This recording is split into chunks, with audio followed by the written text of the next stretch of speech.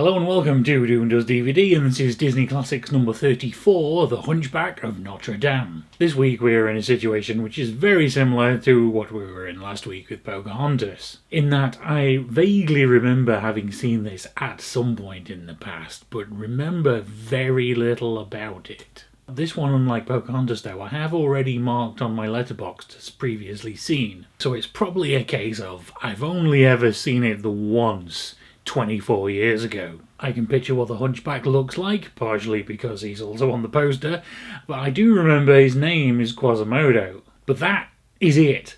That is the limit of my knowledge on this story. Pretty sure it's based on a book, but I know nothing about that, and the Disney interpretation of that is probably a little different. I presume we're still in the big Disney musical theatre era, but I couldn't tell you a single song from this one, so I think we're probably best keeping the introduction fairly short this week and just jumping right into the film and finding out what this one's actually about.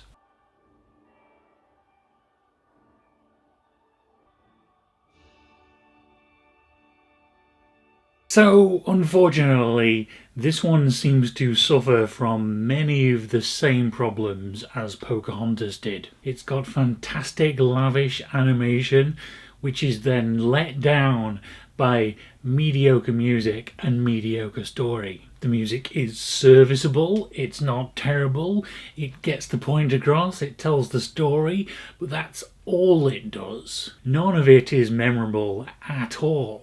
It's just, as I said for Pocahontas, pure exposition that just happens to be sung. And in this case, there isn't even one obvious standout Oscar bait song like there was with Pocahontas, so on that front it's actually a bit worse. However, on the other hand, this one does have a bit more of an interesting story. A bit of a generic and obvious story, but at least the characters here seem to have a little bit more depth. There's a bit more justification for motivations and reactions. Not much more, but it's an improvement. At times, and me personally, it gets a little bit too religious for my liking, but when you're talking about a story based around a cathedral, that probably can't be avoided all that much. And also Frollo's sudden lust for Esmeralda seems a little bit out of nowhere, but I guess that was needed to keep the plot going. And so yeah, overall the big draw here is stunning animation, whereas everything else seems a bit more like an afterthought. Overall an improvement on Pocahontas,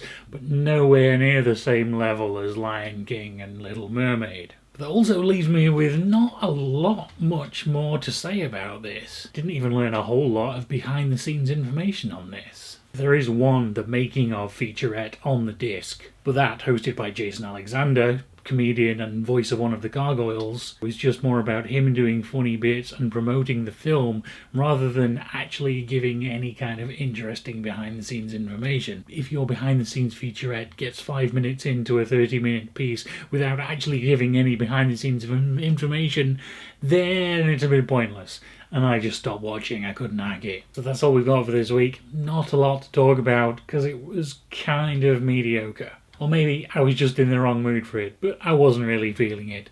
What did you think about The Hunchback of Notre Dame?